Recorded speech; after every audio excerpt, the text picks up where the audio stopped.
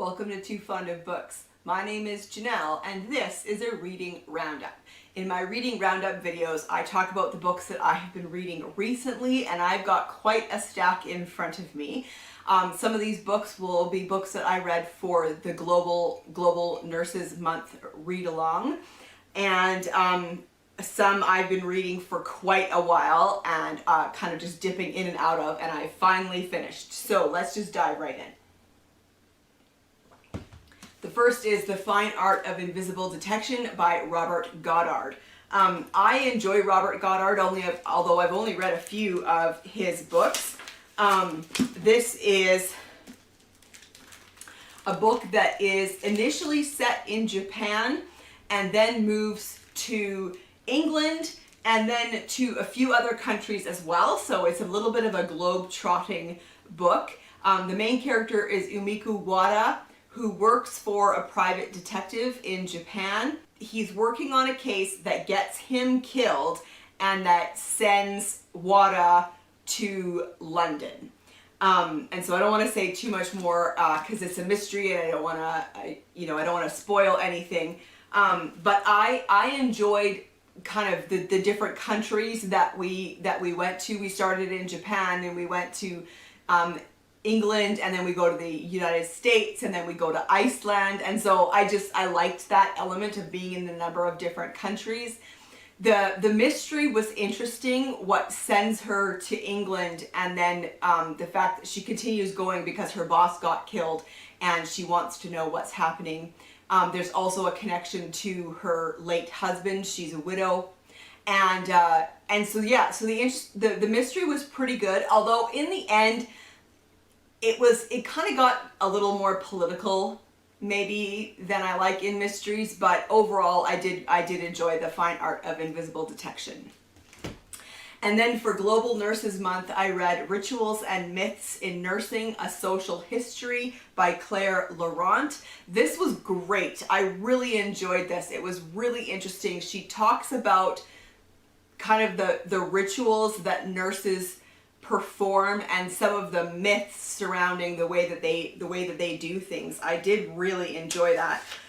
One thing I would say is I found that it ended rather abruptly, which is kind of a surprise considering that it is only 150 pages, so there could have been like a bit of an epilogue. So I did find it ended rather abruptly. I did really enjoy in the introduction, first, in the acknowledgements, the author writes, "This book exists thanks to the generosity of all those nurses, past and present, who have entrusted their stories, their memories, and best of all, their humor to a project that can be only summed up in the question, egg white and oxygen. Why?" She does go on to explain what that's about. But then she wrote a great introduction. Nurses are depicted as female and caricatured as angelic, sexy, or fierce. From the tabloids, angels, to the carry-on films, formidable Hattie, Jacques Matron, and buxom Barbara Windsor, to the nurse Ratched in One Flew Over the Cuckoo's Nest. Nurses are rarely just people doing a job. They are angels, dragons, or sex objects. So I thought that was interesting because, let's be honest, it's kind of true. This despite Florence Nightingale leading the charge more than 100 years ago to establish nurses as a workforce of demure, clean, and educated girls far away from the Sari Gamp slatternly image of Charles Dickens fame. So yeah, and then there was a few things that I noted in here. Tasks tend to lead to routines, the washes, the obs, the drugs, rather than individualized care. There is no doubt that routine provides structure, which is comforting to both nurses and patients. The risk is that routines become rituals, the routine becoming an end in itself, which led to some unusual practices in the past and is maybe creating some modern day ones we don't yet recognize. Here's the egg white and oxygen. It is not clear when egg white and oxygen made an appearance, but universally 20th century nurses in the UK will know it as the treatment for pressure sores. It involved smearing egg white onto an open bed sore and then drying it with high flow oxygen via a mask attached to the oxygen supply at the wall. How this came to be an acceptable treatment is unclear. According to David Barton, now retired associate professor of nursing, egg white is protein and oxygen is good for cells, so it made some sense. This is a quote from Martin, who trained as a mental health nurse. He says, "In the Victorian asylum where I trained in the late 1960s, early 1970s, there were sick wards for the physically frail and unwell. As a second-year student, on my first day on the sick ward, I accompanied the sister on her treatment rounds for these sores, some of which were open, gaping wounds, the sight of which would turn even the strongest stomach. The sister prepared a trolley of sterile dressing packs, gauze swabs, tape, forceps, and also a large jar of Marmite." The quote now continues. "Sadly, and almost unbelievably, one sister had removed old dressings and cleaned the wounds. She then packed them with the Marmite. In ignorance, I assumed this was routine treatment, researched, validated, and approved. Only later did I learn this was a very personal idiosyncrasy of that sister who believed that the protein in the Marmite would stimulate tissue growth." All right. And then one more. "It is hard to believe in these days of alcohol awareness that not so long ago drug rounds also included beer, sherry, and brandy in little brown bottles, with bottles and cans of moccasins in the drugs cupboard as regular medicines. Alcohol for medicinal purposes was exempt from excise duties and had to be prescribed so that records could be kept. Jean recalls, in 1958, we took the drinks trolley around at 11:30 to tempt the patients' appetites and up their iron levels. I got shouted at by an elderly patient on my first ward for not tipping the glass and pouring the Guinness slowly. They did not teach that at PTS." So I really did enjoy this one. So yeah, if you're interested in kind of the history of nursing and the way certain things were done, then you might enjoy Rituals and Myths in Nursing, A Social History. And then I read the next for me in the Dales detective series. This is Date with Mystery by Julia Chapman. This is a mystery series set in Yorkshire in the Dales. And Samson O'Brien runs a detective agency, and he rents an office from Delia Metcalf, who runs a dating agency, and the two of them often pair up. In this one was really interesting. Samson gets hired by a local solicitor to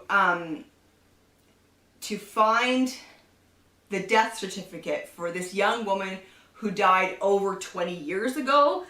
The mother has passed away, and in her will, there's a son that's still living, but in her will, she, and I can't remember what it is, but she leaves something to the daughter.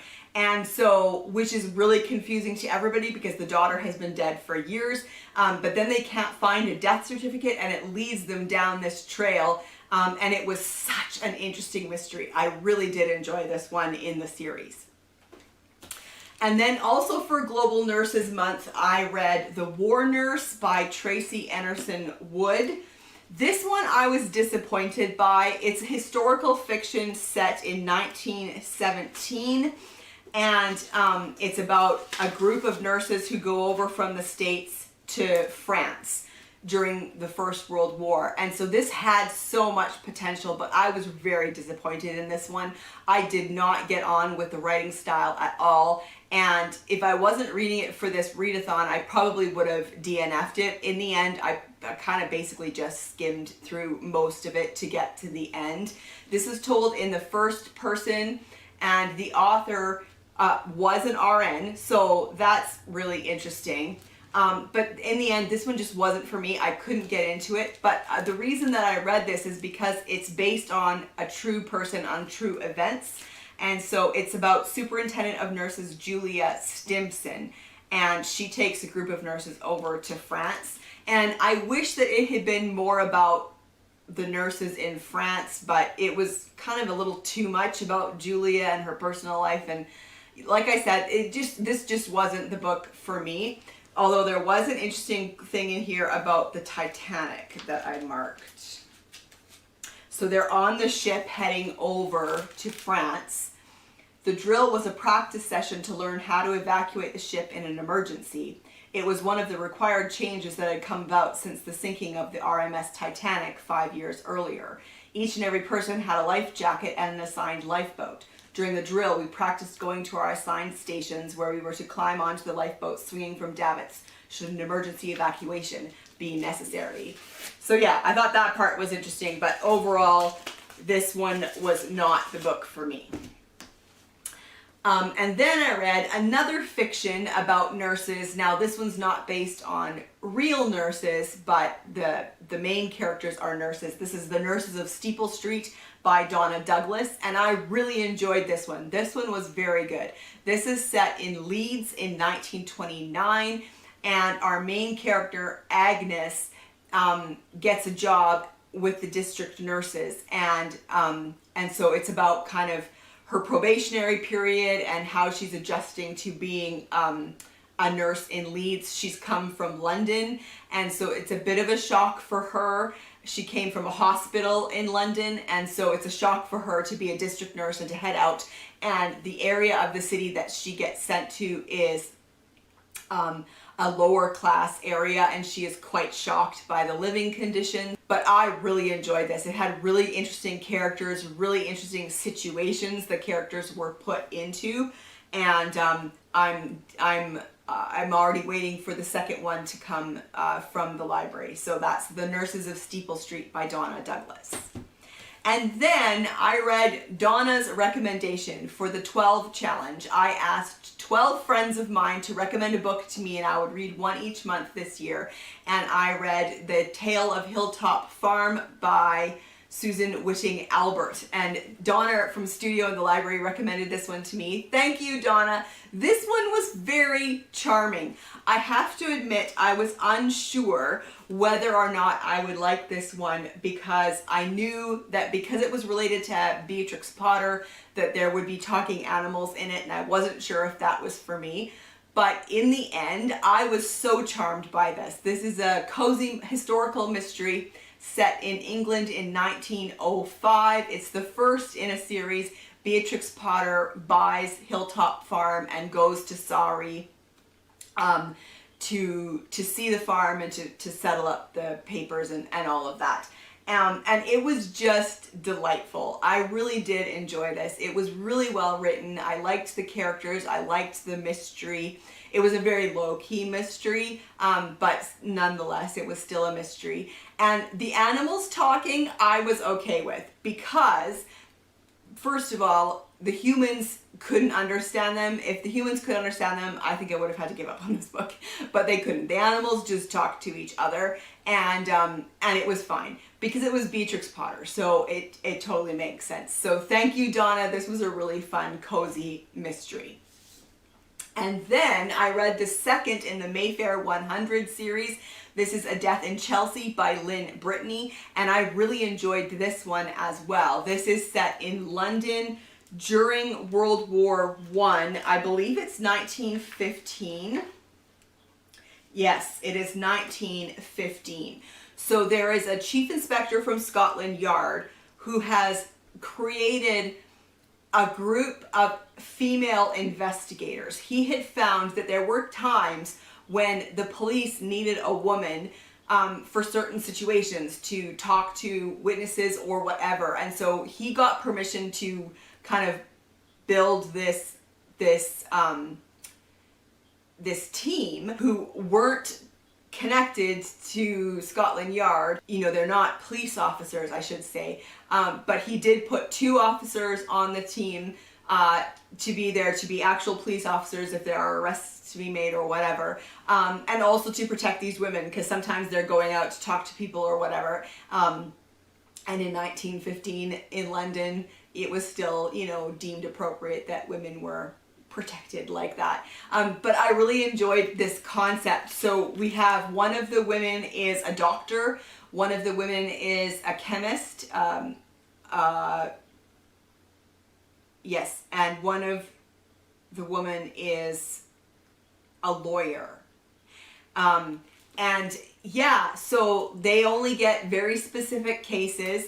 And in this one, the Duchess of Penhere's daughter has been found dead in her room. It looks like suicide, and the Duchess goes directly to Chief Inspector Beach and asks him to discreetly help out. And so he realizes this is a great case for his Mayfair 100 team, and so they start to look into it, and I really enjoyed it. It's a great mystery, really well written. Yeah, if you've never tried this series, I recommend that you check it out. And then I read the third in the series by Ambrose Parry. This is A Corruption of Blood. This is set in Edinburgh in 1850. And I really enjoyed this one. This series has been interesting because I really enjoyed the first one in the series, which was called The Way of All Flesh. But then I didn't like the second one, The Art of Dying. So I was a little unsure about this one, but I ended up really enjoying this one. There's this great map in the end papers, Leith 1850. So the main character, there's a few main characters. One of them is Dr. Will Raven. And he is disturbed. There's a package that washes up at the port of Leith, and that is very disturbing to him. The contents of this package are very disturbing to him. And then someone that he went to medical school with, and they did not get along. This man has been accused of poisoning his father, and this man asks for Raven's help. And so yeah, this one was great. There was a lot about heredity in this one, and like how much do you inherit from your parents. And it was a good mystery. The other characters, Sarah Fisher is an assistant to Dr. James Simpson, and James Simpson is who Will Raven apprenticed with. So yeah, it was a great story. I really did enjoy this one. And then I finally finished The Invention of Murder by Judith Flanders. This has been a long time on my currently reading list. I put it down for a long time, and then anyway, it doesn't matter. I finally finished it, and I really liked this one. How the Victorians reveled in death and detection and created modern crime. It looks like quite the chunker of a book, and it is, but I have to show you this. This amount are her notes and index. And so I like that. When I see that, to me that means a book's been properly researched. And she really did do her research. She talks about a lot of cases from the Victorian time period, and then she talks about how the people reacted to those cases, how the newspapers reacted, how authors reacted, and how often we would find elements from these cases that would show up in books. She talks about penny dreadfuls and sensation novels, and how we kind of first developed detection novels and crime novels. Yeah, I just really enjoyed it. Now, fair warning, there are spoilers in here for some classics like Wilkie Collins, a lot of Wilkie Collins, including The Woman in White, a lot of Mary Elizabeth Braddon, including Lady Audley's Secret. So if you want to read this and you don't want to be spoiled for any particular book, she lets you know what it is before she talks about it, so you might just want to like kind of move to the next paragraph or something. But there was some, she wrote some really interesting stuff about The Woman in White here, and I wanted to share that. So I am going to put spoiler here across the screen. If you've never read The Woman in White, and you don't want to be spoiled, then you might not want to listen to this part. Wilkie Collins' The Woman in White, serialized 1859 to 1860, is frequently called the first sensation novel, and it is possibly the one with the greatest pretensions to literature. Collins followed this in 1868 with The Moonstone, one of the starting points of detective fiction. To a degree, it can be said that these genres grew out of the heightened emotions surrounding the poison trials of the 1850s. Collins told a friend that the narrative structure of The Woman in White occurred to him after attending a trial in London in 1856, noticing how each witness held a single strand of the story, which when woven together formed a dense narrative. He did not name the trial, but it is unlikely that if he had been trial going in London in 1856, he would have missed Palmer's, the biggest of the decade.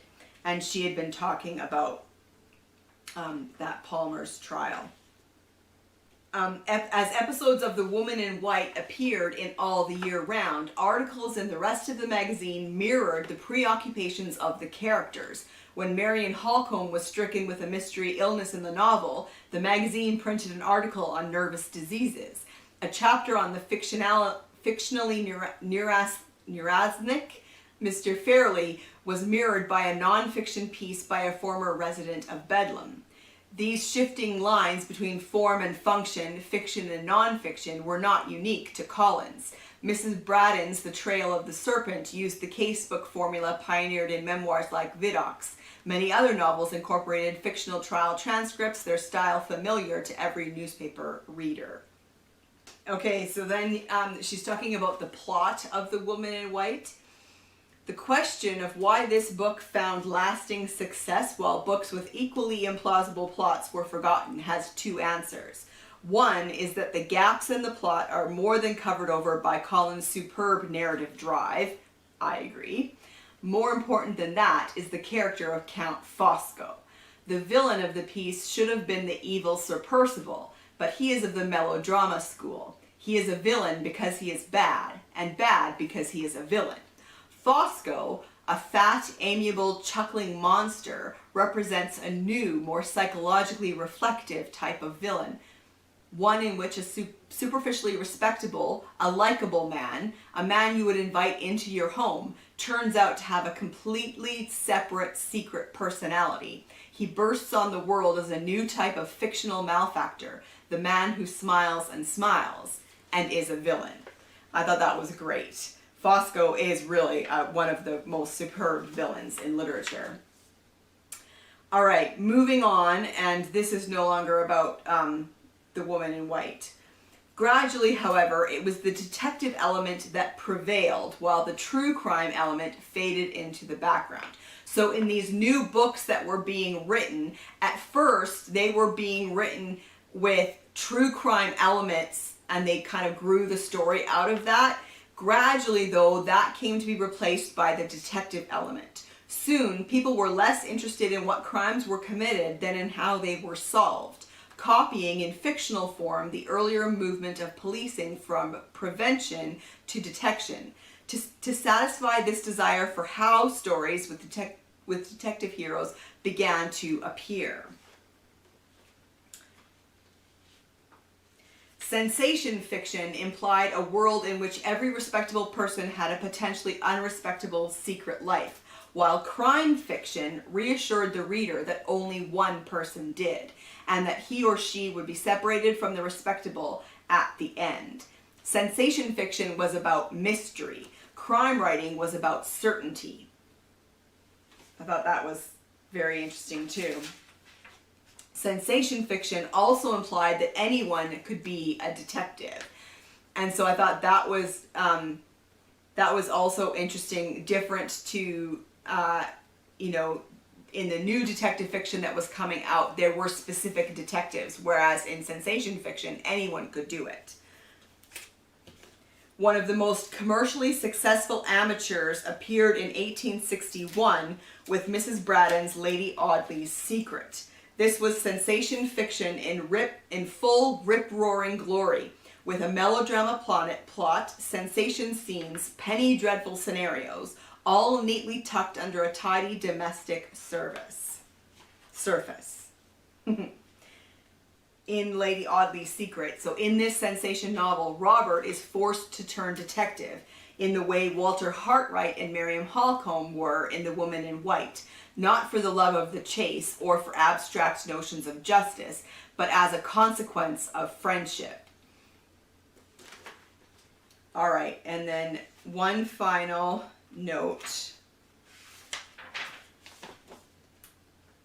All right, while broadsides and ballads were now virtually antiques, the detective story was thriving, and the shadow of the Lipsky case was discernible in the details of East End journalist Israel Zangwill's The Big Bow Mystery, published in the Star in 1891. The story is important in the development of crime fiction. While earlier tales had used locked rooms as part of the plot, this was the first to enjoy the puzzle for its own sake. More topically, it pits George Grodman, a retired detective, against his Scotland Yard successor, Inspector Wimp, who was at his greatest in collecting circumstantial evidence and putting 2 and 2 together to make 5.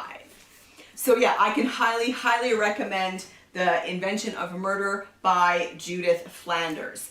And then one last book, I read Parnassus on Wheels by Christopher Morley. This is the first book that he wrote. I read The Haunted Bookshop recently, which was the second book that he wrote. He wrote this in 1917, and this was just a joy to read. It was so much fun. It is told in the first person by Helen McGill. And Helen McGill lives on a farm with her brother Andrew, and Andrew has kind of lost interest in running the farm and is far more interested in the books that he started to write about farming and about literature in the countryside.